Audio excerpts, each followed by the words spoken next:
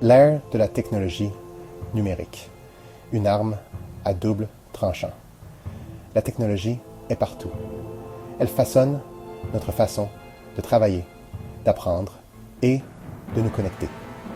Les smartphones vibrent de notifications. Les écrans illuminent nos maisons.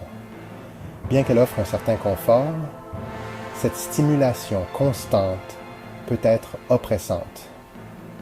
Elle nous tire dans d'innombrables directions. Nos esprits s'emballent. Nous nous sentons stressés et déconnectés. Nous sommes bombardés d'informations. Les réseaux sociaux présentent une version idéalisée de la réalité. Nous nous comparons et nous nous sentons inadéquats. Ce monde numérique, bien qu'il nous connecte globalement, peut nous faire sentir profondément seuls. Nous aspirons à la paix, à la tranquillité. Nous cherchons un refuge contre la tempête numérique. La pleine conscience est un refuge. C'est la pratique de ramener notre conscience au moment présent.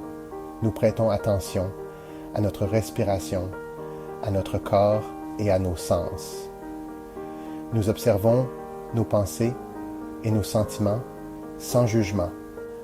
Dans un monde de distraction, la pleine conscience nous ramène à nous-mêmes.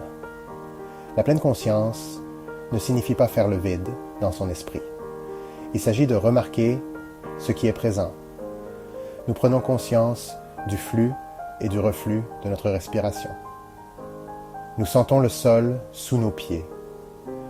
Nous savourons le goût de notre nourriture. Grâce à la pleine conscience, nous cultivons un sentiment de paix et de clarté. Pendant des siècles, les traditions de sagesse ont exploré la pleine conscience. Le bouddhisme nous enseigne à trouver la libération de la souffrance par la conscience. L'hindouisme met l'accent sur la pratique du yoga et de la méditation pour calmer l'esprit. Le gnosticisme encourage la connaissance de soi et la réflexion intérieure. Le mysticisme, à travers les cultures, met l'accent sur une expérience directe du divin par des pratiques contemplatives. Ces traditions nous rappellent que l'expérience humaine est universelle.